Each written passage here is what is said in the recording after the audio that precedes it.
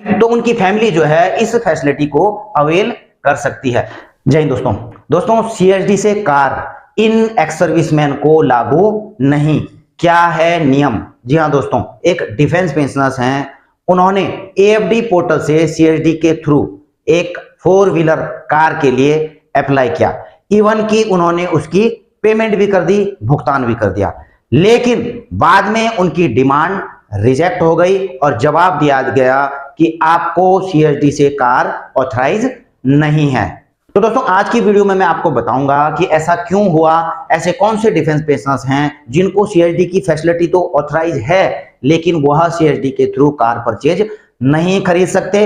इसके अलावा दोस्तों कई डिफेंस पेंशनर्स के ऑफिसर्स, जेसीओ और ओआर, उनके जो है कुछ डाउट हैं कि हम जो है पूरी सर्विस में या आफ्टर रिटायरमेंट कितनी कार परचेज कर सकते हैं, कितने सालों के बाद जो है एक से दूसरी कार परचेज कर सकते हैं, या फिर हम कितने वैल्यू तक की कार अपने रैंक के मुताबिक परचेज कर सकते हैं। इस वीडियो में मैं दोस्तों सारी चीजें कवर करते हुए चलूंगा। सबसे पहले दोस्तों मुझे एक मेल आई थी यशदीप जोशी जी की। ये कहते हैं कि मेरे जो ग्रैंडफादर हैं वह मेडिकल बोर्ड आउट हुए थे आर्मी से, और उन्होंने जो है सीएसडी एएफडी के थ्रू जो है एक कार के लिए डिमांड की थी। इसका जो है उनके द्वारा भुगतान भी कर दिया गया था, लेकिन यूआरसी की तरफ से बाद में उसको रिजेक्ट कर दिया गया और हमें कहा गया कि आप जो है एक स्पेशल सैंक्शन लीजिए दिल्ली से, उसके बाद ही जो है हम इस पर कार्रवाई करेंगे। तो दोस्तों इन्होंने जो है दिल्ली के लिए भी लिखा, मेल भेजी उन्होंने, ठीक है ना, कि इनके रिजेक्शन को जो है रिकंसीडर किया जाए। और इन्होंने लिखा है कि I am availing all the benefits of grocery, liquor and ECHS, सारी फैसिलिटी ये ले रहे हैं, लेकिन 5 साल से पहले, 5 साल कंप्लीट होने से पहले जो है यहाँ मेडिकल बोर्ड आउट हो गए थे, जिसके कारण जो है इनका कार का जो डिमांड था वह रिजेक्ट हो गया। इसलिए जो है इन्होंने स्पेशल सैंक्शन जो है के लिए लेटर डाला था। आप देख रहे हैं इन्होंने 6,60,000 ऑलरेडी ये पेड कर चुके हैं। और दोस्तों यह इनकी डिमांड जो है इन्होंने एएफडी के पोर्टल पर डाली थी। अब दोस्तों डीडीजीसीएस के लिए स्पेशल सैंक्शन के लिए लिखना पड़ता है, इन्होंने मेल में लिखा, ठीक है ना। और वहां से दोस्तों इनके लिए क्या जवाब आता है कि as per extend policy only battle casualty with less than 5 years of service are eligible for purchase of car from CSD. तो यहां पर इनका जवाब यह था कि जिनकी 5 साल से कम सर्विस है, केवल जो है बैटल कैजुअलिटी के केस में ही उन्हीं को जो है सीएसडी के थ्रू कार परचेज किया जा सकता है। और यह लेटर नंबर जो कि अथॉरिटी है, यह भी जो है उन्होंने भेजी है, 4 मई 2018 की अथॉरिटी है।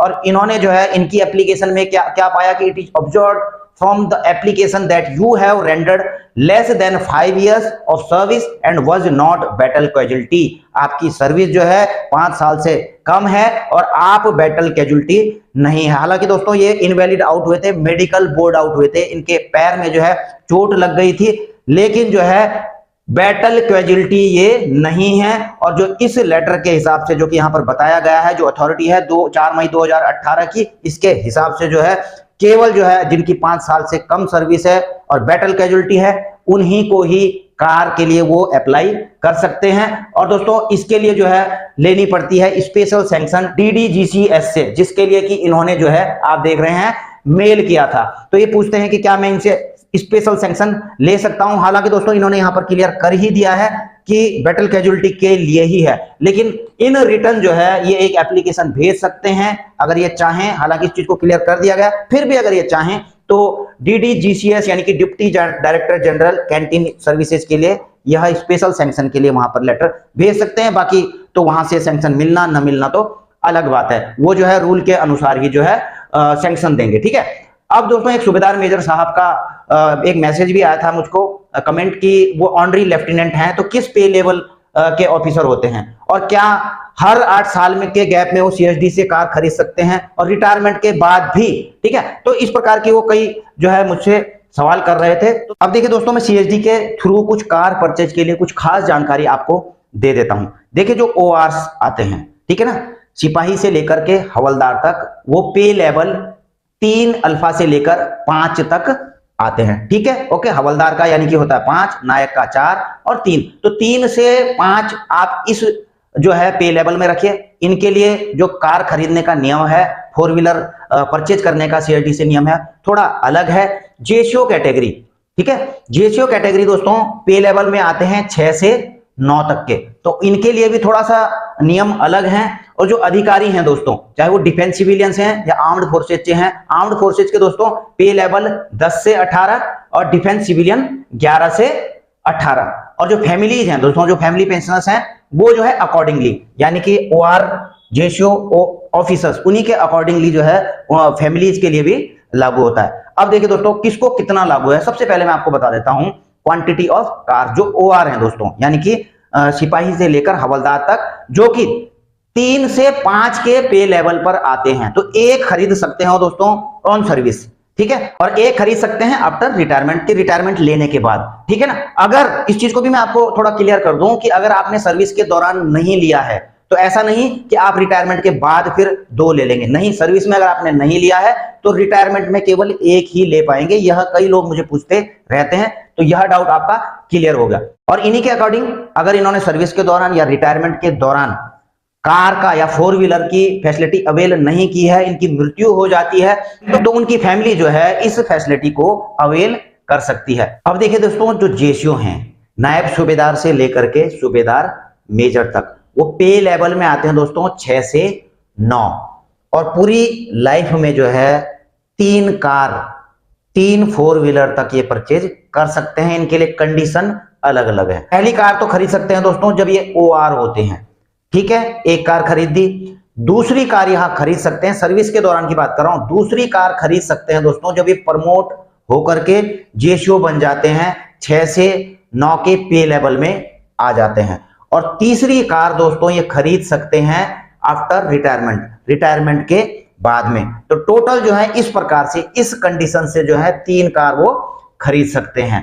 और दोस्तों जो सर्विस के दौरान ऑनरी रैंक ले लेते हैं, चाहे सूबेदार हो चाहे सूबेदार मेजर हो, ऑनरी लेफ्टिनेंट या फिर ऑनरी कैप्टन सर्विस के दौरान बन जाते हैं, तो दोस्तों उनका पे लेवल जो है यहां पर आ जाता है 10 और 11 का पे लेवल आ जाता है, और इस कैटेगरी में आ जाते हैं। वो इस कैटेगरी में नहीं रहते हैं, ठीक है, जैसा कि सूबेदार मेजर साहब ने पूछा था, तो वो जो है अब पे लेवल 10 में आ गए हैं अगर सर्विस के दौरान ऑनरी लेफ्टिनेंट बन चुके हैं।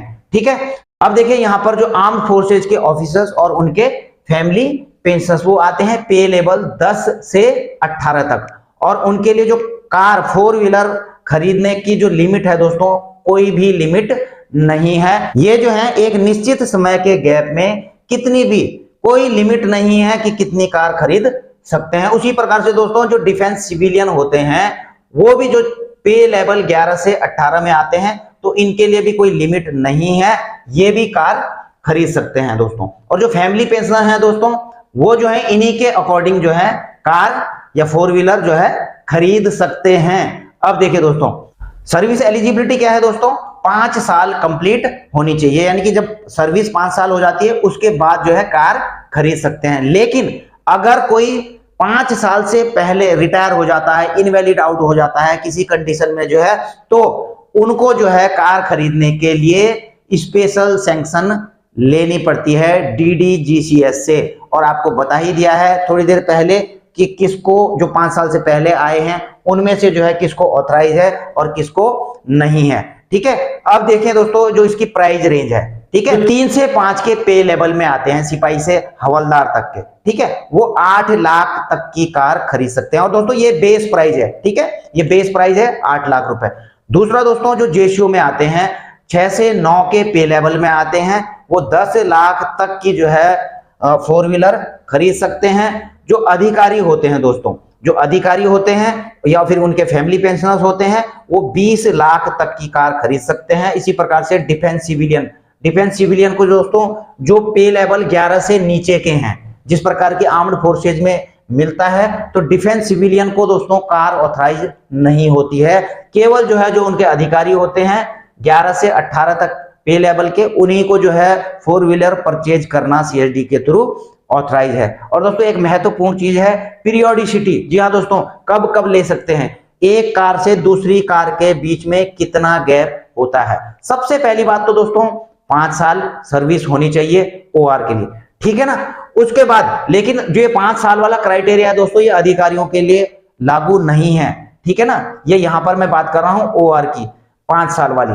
अब दूसरी चीज, सपोज इन्होंने जो है 6 साल की सर्विस में एक कार ले ली, ठीक है ना, 6 साल की सर्विस में इन्होंने कार ले ली, तो 8 साल से पहले यह दूसरी कार नहीं खरीद सकते। हालांकि एक रैंक में तो यह दूसरी कार खरीद ही नहीं सकते, लेकिन सपोज अगर वो जेसीओ बन जाते हैं, सर्विस के दौरान वो जेसीओ बन जाते हैं, तो उनके बीच में भी एक कार परचेज खरीदने से लेकर के दूसरी कार परचेज करने के बीच में 8 साल का गैप होना चाहिए। ओआर से जेसीओ बन गए, लेकिन कार खरीदे हुए उनके बीच में 8 साल का गैप होना चाहिए, ठीक है। उसी प्रकार से जेसीओ का भी है और अधिकारियों का के लिए भी, सभी के लिए ये नियम लागू है। और देखिए दोस्तों, यहां पर एक और चीज आती है, अगर आपने ऑन सर्विस एक कार खरीदी है, ठीक है ना, सपोज आप 20 साल की सर्विस कर करके आए, ठीक है, 19 साल में जो है आपने एक कार खरीदी और एक ही साल हुआ था और आप रिटायरमेंट के बाद भी आपको एक लागू है, तो आप चाहोगे कि एक कार और खरीद लूं, लेकिन तब आप कार खरीद नहीं पाओगे, क्योंकि जो है केवल आपको 1 साल हुआ है। जब आपको 8 साल का गैप हो जाएगा, बिल्कुल दोस्तों, एक कार चाहे आपने वो सर्विस के दौरान ही क्यों नहीं खरीदी हो, उसके बाद आप रिटायरमेंट आ गए, तो खरीदने से 8 साल होना चाहिए, उसके बाद आप जो है दूसरी कार के लिए अप्लाई कर पाएंगे। और दोस्तों, अगर आप चाहते हैं कि कार परचेज से संबंधित आपको कंप्लीट डिटेल देखनी है कि इसमें कितना टैक्स बेनिफिट आपको मिलता है, क्या आप कार सीएसडी के थ्रू अगर खरीदते हैं क्या उसको बेच भी सकते हैं, और अगर बेच सकते हैं तो कब उसको बेच सकते हैं, इसके लिए टर्म्स एंड कंडीशंस क्या हैं, इसके अलावा कई चीजें दोस्तों, अगर ये सारी चीजें आप जानना चाहते हैं तो आपको एक वीडियो, मैंने कुछ महीने पहले एक वीडियो बनाया था, इसके ऊपर फुल डिटेल के साथ में आप उस वीडियो को देख सकते हैं, और इस वीडियो का लिंक जो है मैं इस वीडियो के डिस्क्रिप्शन में दे दूंगा दोस्तों। उस पर मैंने बिल्कुल जो है डिटेल से कार परचेज से संबंधित पूरी जानकारियां दी हैं। तो दोस्तों, आई होप कि आपको यह जानकारियां पसंद आई होगी। अगर ऐसा है तो वीडियो को लाइक शेयर कर सकते हैं। चैनल में अगर आप नए हैं तो चैनल को सब्सक्राइब करके बेल आइकन का घंटा दबा सकते हैं। इसी के साथ अपनी वीडियो यहीं पर समाप्त करता हूं। जल्द मिलेंगे नई वीडियो में नई जानकारी के साथ। जय हिंद, वंदे मातरम।